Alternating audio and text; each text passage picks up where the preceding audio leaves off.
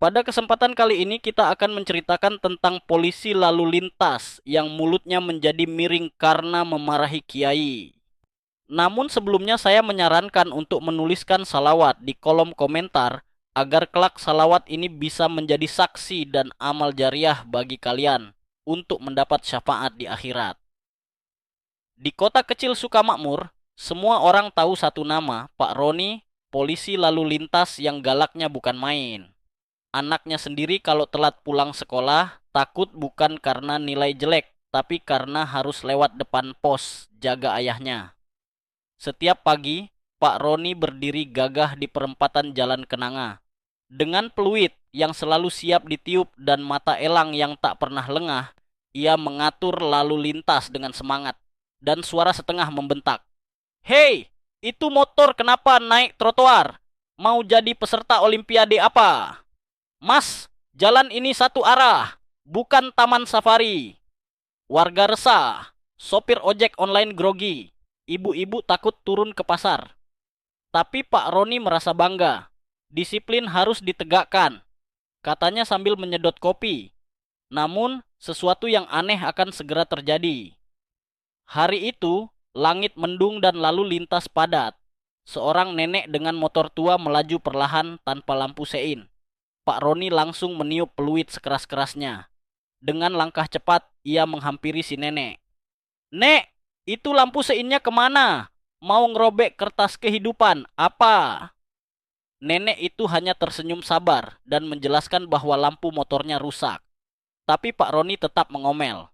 Suaranya semakin keras sampai semua pengendara di sekeliling ikut menoleh.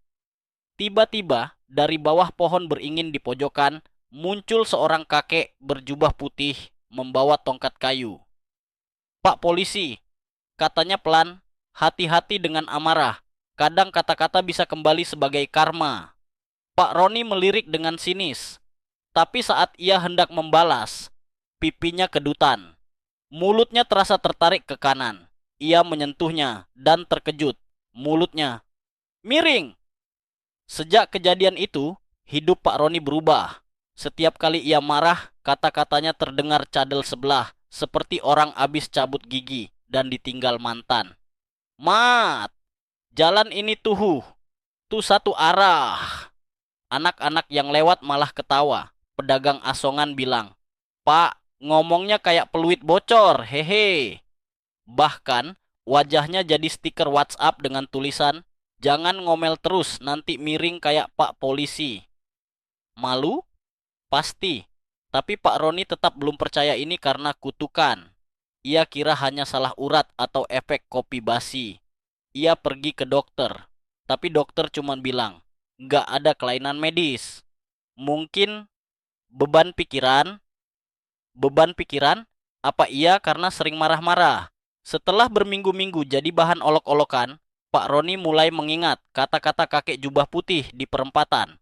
Diam-diam, ia mulai menyelidiki.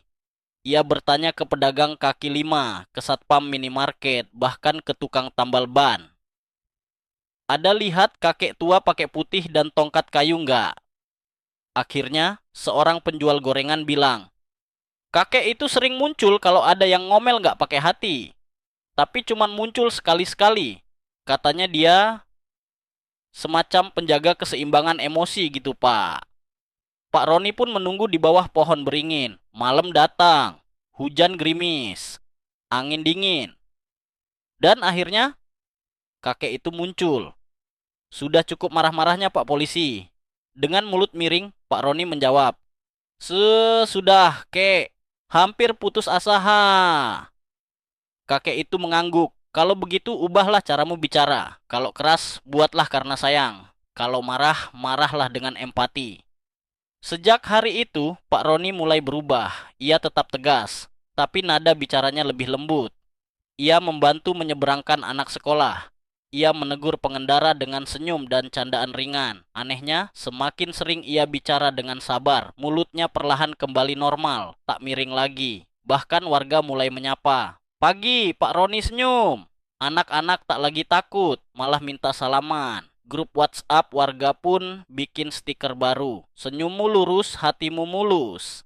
Dan dari hari itu, Sukamakmur punya pelajaran penting. Tegas boleh, galak jangan. Karena marah tanpa kendali bisa bikin miring. Bukan cuman mulut, tapi juga hati.